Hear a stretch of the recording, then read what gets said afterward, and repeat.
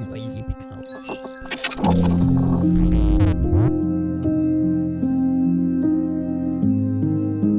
Melancholy Love is a coming-of-age Yuri visual novel from Chinese developer White Do Games. The sweet love story should definitely appeal to Girl Loves fans. However, some issues with the game engine can make it frustrating to play. I'm sorry in advance if I butcher the names of these characters, but I will try my best.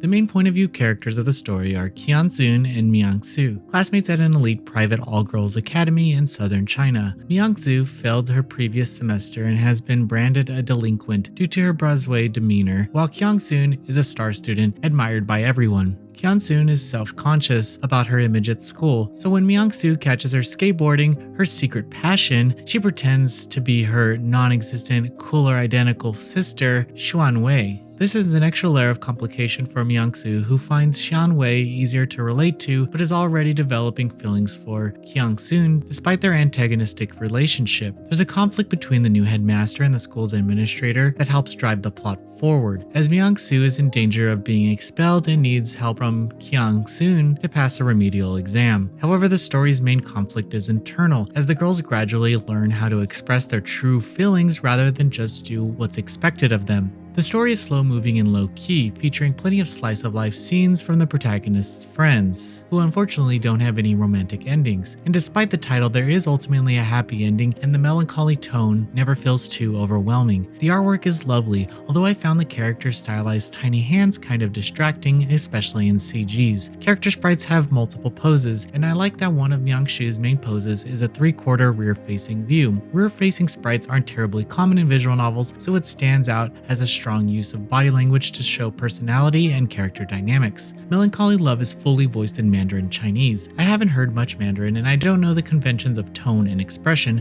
so I can't really judge the voice acting quality. Still, voices are always nice to help add depth to the characters, and it was also helpful to hear how everyone's names are pronounced. The sound balance between the different voice actors is very poor, but there is volume control for each individual character that can be adjusted in the settings menu. The English translation generally flows well. The decision to translate honorifics like Big Sister and Fellow Classmate does come off kind of awkward. Still, when the alternative are either to translate them with a glossary or omit them and render conversations about how characters refer to each other completely nonsensical, I understand why the localization team made that choice. The text display, however, is a bit messy. The word wrapping doesn't seem to properly recognize punctuation, so adding periods and quotation marks are often pushed to the start of a new line. A few special characters also didn't display properly, showing a rectangular undefined glyph instead. I understand that sometimes there are engine limitations when trying to display text in new languages, but it is something I'd expect to see cleared up in an official release. The text speed and skip functions cause me some frustration. For starters, the text speed setting doesn't save, so after choices and major scene transitions, the text slowed to a crawl until I went back in the menu to adjust the speed. I also had to keep resetting it when skipping through the game to make different choices and get all the endings, as the skip function didn't work properly unless the text speed was set to max. Furthermore, the skip function is painfully slow and skips all text even if you've chosen skip red text only. It took me about 12 hours to fully complete the game, and nearly a third of that was just spent waiting for the text to skip, a process so tedious that I almost gave up before seeing the best ending.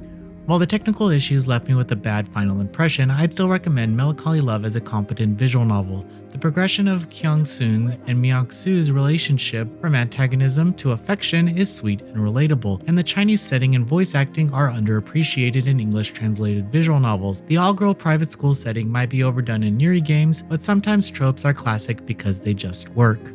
Noisy Pixel is giving Melancholy Love a 7.5 out of 10. Thank you for watching. Please read the full review at noisypixel.net. Noisy Pixel is run by a group of gamers who work hard to deliver news, reviews, previews, and more. Please subscribe to keep up with all our future content.